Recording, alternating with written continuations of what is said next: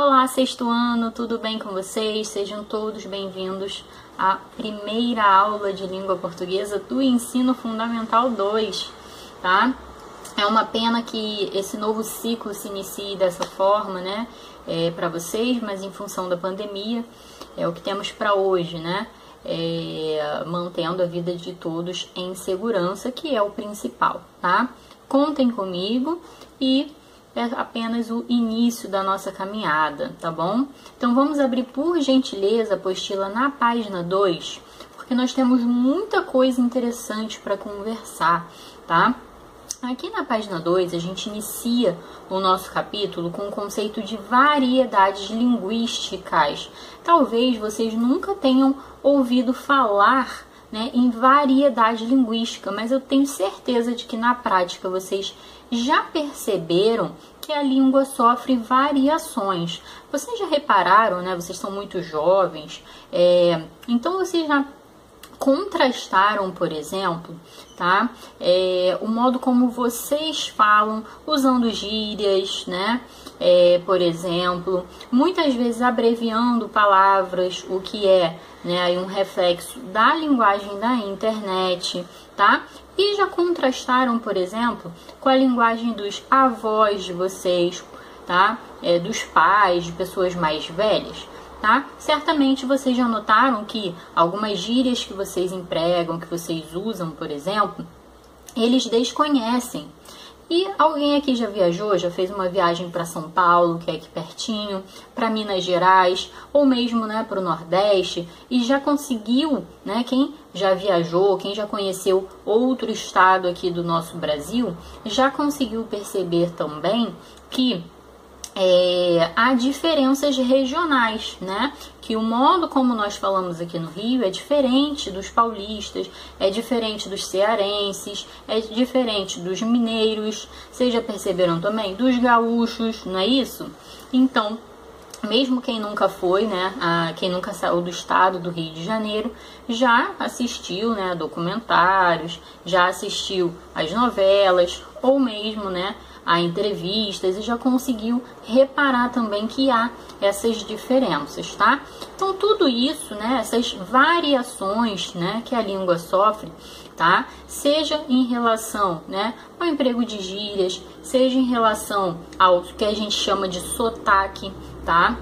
O sotaque do carioca é diferente do sotaque do paulista, não é isso? Então todas essas variações estão aí dentro do que a gente chama de variação linguística. Por quê? Porque a língua ela é muito dinâmica, flexível.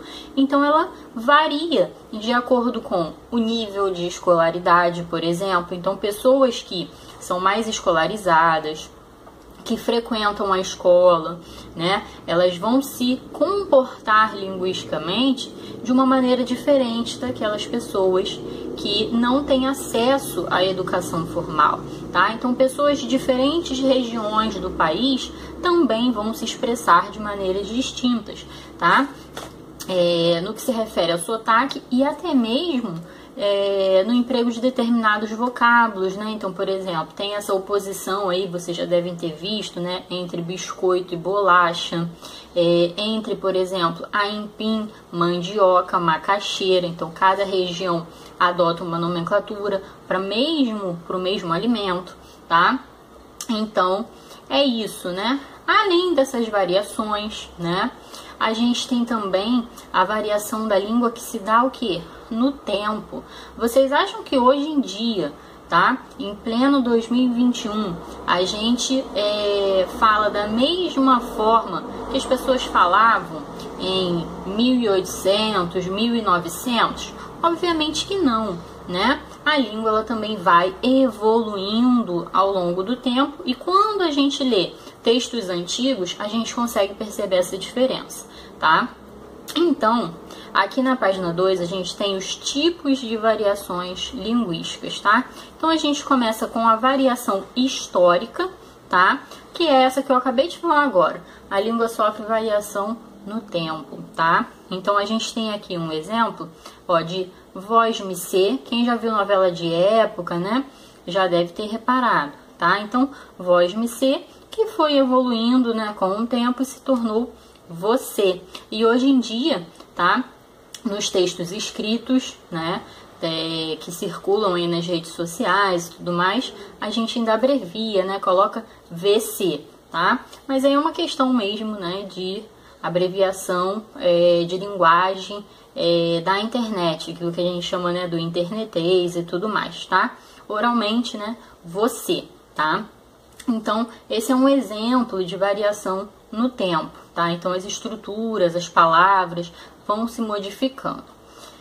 Bem, continuando, a gente tem aqui, né, uma variação que já foi falada aqui na videoaula, que é a variação regional, que são essas variações, tá, devido à distância geográfica, que se dão em diferentes regiões, tá, e que vão separando os falantes, vão identificando. Quando a gente ouve, por exemplo, um recifense falando, a gente já identifica que aquele sotaque não é um sotaque do Rio de Janeiro. Quando a gente ouve um paulista falando, a gente já identifica também que aquele sotaque é diferente do nosso, tá?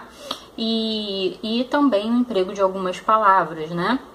Então, o exemplo aqui da apostila, né, tá trazendo pra gente, ó, abóbora em determinadas regiões é chamada de jerimum, tá? E eu dei o exemplo também do aipim, da macaxeira, né? Da mandioca, tá? Então a gente tem aí também o mesmo alimento que tem três nomenclaturas, que é identificado por meio de três nomenclaturas diferentes, tá? Aqui no Rio de Janeiro a gente fala sacolé, em algumas localidades, até mesmo aqui no estado do Rio de Janeiro, mas no interior, em algumas localidades, o sacolé é chamado chup-chup, din-din, né? Então depende aí também da região, tá? E a gente tem aqui também a variação, né? Social, né, que é chamada aqui de social, que é a língua própria a um grupo determinado de pessoas. Então, os mais jovens que empregam gírias, uma linguagem mais informal, tá? Um grupo de surfistas que tem ali, né, também um vocabulário próprio, né? E isso acontece também nas profissões, né? É muito comum, por exemplo, a gente ouvir, né, um papo de médico e não entender, um papo de advogados e não entender, aquilo que a gente chama de jargão, tá? Então, cada profissão tem o seu jargão, o seu termo técnico, que para os leigos é muito difícil de compreender, tá? E a gente tem ainda, tá, uma variação situacional, tá? Então, por exemplo, vocês que são falantes escolarizados, né, que frequentam a escola, as aulas de língua portuguesa, que têm acesso à norma padrão da língua, vocês vão saber, né, se posicionar, vocês vão empregar a linguagem de maneira diferente, vocês vão escolher registros diferentes, a depender da ocasião. Então, entre os amigos de vocês, numa roda de amigos, numa conversa, vocês vão usar uma linguagem o quê? Mais informal, mais descontraída, com gírias. Agora, vocês vão utilizar a mesma linguagem que vocês utilizam com os amigos de vocês na sala de aula? Obviamente não, né? Na sala de aula, nas redações, nas provas, vocês vão usar o quê? O registro formal da língua, tá? Sem gírias, sem abreviações, adequada à norma padrão. Vocês vão se preocupar em fazer a concordância, né, ali do verbo com o substantivo a que ele se refere, não é isso? Então, a gente tem também esse tipo de variação, tá? Então, se a gente está entre amigos, se a gente está entre a família, né, numa relação ali de proximidade, de afetividade, a gente vai se colocar, né, por meio da língua de uma forma. Se a gente está numa outra situação de escolaridade, né, de emprego, por exemplo, uma entrevista de emprego, a gente se coloca de uma maneira mais formal, ok? Bem, e aqui agora então, né, eu acabei falando já de gíria, tá? Mas aí eu vou pedir para vocês marcarem aqui na página 2, ó, a definição. É um fenômeno ocorrido na linguagem oral. O que é a linguagem oral, gente? A linguagem falada, tá? Onde se é atribuído outro sentido àquele enunciado. Então, marquem aí, continuem marcando, ó. Ela pode ser restrita, pertencendo apenas a um grupo social, ou pode ser comum, pois foi aceita e assim de amplo conhecimento para toda a população. tá? Então, há gírias que ficam muito ali naquele grupinho de adolescentes, de surfistas, de skatistas, que nós não vamos dominar. E há outras gírias que vão sendo amplamente conhecidas. Por exemplo, recentemente minha avó falou pra mim que estava bolada. E eu achei estranho, falei, nossa, minha avó, que já tem 75 anos, né, empregando esse termo, ela falou assim, hoje eu tô muito bolada. E aí, percebam que essa gíria, né, estar bolado, né, já se popularizou de maneira que não está mais entre os jovens, né, pessoas de idade já estão utilizando, já compreendem o seu significado, tá? Bem, então a gente tem aqui alguns exemplos, ó, dar a língua nos dentes, fofocar, tá, fazer vista grossa, ficar na pista, tá, vacilar, já são gírias aí amplamente conhecidas. Eu falei também da formalidade, da informalidade, tá? Que aparecem aqui. Depois eu vou pedir para vocês também lerem um pouquinho de calma aqui na página 2, tá? Então, a formalidade tá atrelada a uma situação formal mesmo, né? E a informalidade é uma situação mais afetiva, familiar, entre amigos, tá? E aí a gente abusa das interjeições, né? Ui, ai, né? Para dar mais expressividade, a gente abusa aí dos diminutivos, das abreviações, das gírias na linguagem informal, ou seja, entre amigos, tá? Bem, eu gostaria também de destacar, e esse conteúdo tá aqui na página 2, ó, oralidade e escrita, essa diferença. Então, o que é oralidade? Oralidade é a língua falada, tá? É a transmissão oral de conhecimentos, tá? Então, essa aula nossa aqui, por exemplo, está sendo toda falada, né? Então, eu estou usando a linguagem oral para me comunicar com vocês. E o texto aqui da apostila, linguagem escrita, tá? É aquela que vai utilizar o texto escrito. Agora, uma grande diferença entre a linguagem oral e a linguagem escrita é que a linguagem escrita ela é mais monitorada. Não é isso? Quem é que nunca teve, por exemplo, uma insegurança na hora de fazer uma redação? E por que vocês ficam inseguros? Olha, vocês são falantes da língua, tá? Vocês dominam a língua portuguesa, vocês se comunicam o tempo inteiro em português. Na hora de escrever, vocês ficam em dúvida. Por que vocês ficam inseguros? Por quê? Porque a linguagem oral, né, é diferente da linguagem escrita. A linguagem escrita é mais monitorada, então a gente precisa ter uma preocupação maior com o emprego correto da língua, de acordo com a norma padrão, tá? Já a linguagem oral, não. Ela é mais descontraída, menos monitorada, mais sujeita a desvios em relação à norma padrão da língua, tá? E é isso, essa é a diferença entre oralidade e escrita. Então, é mais fácil que as gírias, as abreviações, né, apareçam na oralidade, obviamente, do que na escrita, tá? Então, é isso, gente. Vamos ficar por aqui, tá bom? Para fixar esse conteúdo de hoje, para consolidar esse conhecimento que nós, né? Porque eu também aprendo com vocês, adquirimos hoje.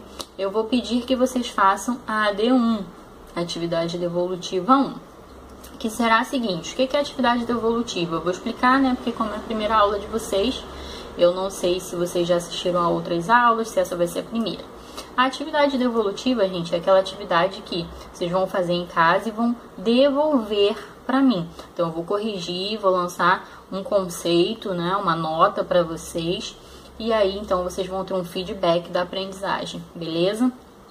Então, para a aula de hoje, eu quero que vocês diferenciem, tá? Formalidade de informalidade, tá? Então, eu quero que vocês me expliquem o que é uma linguagem formal e o que é uma linguagem informal. Eu quero que vocês deem exemplos de situações em que vocês devem usar a linguagem formal, situações em que vocês devem usar a linguagem informal, ok? Essa é a primeira etapa da AD1, atividade devolutiva de número 1. E a segunda etapa da atividade devolutiva de número 1 dessa videoaula vai ser um pequeno resumo sobre variação linguística. Então, quero que vocês listem e definam todos os tipos de variação linguística e que vocês deem exemplos também, tá bom? Então é isso, gente. Vamos ficar por aqui. Beijo pra vocês e até a próxima aula. Tchau!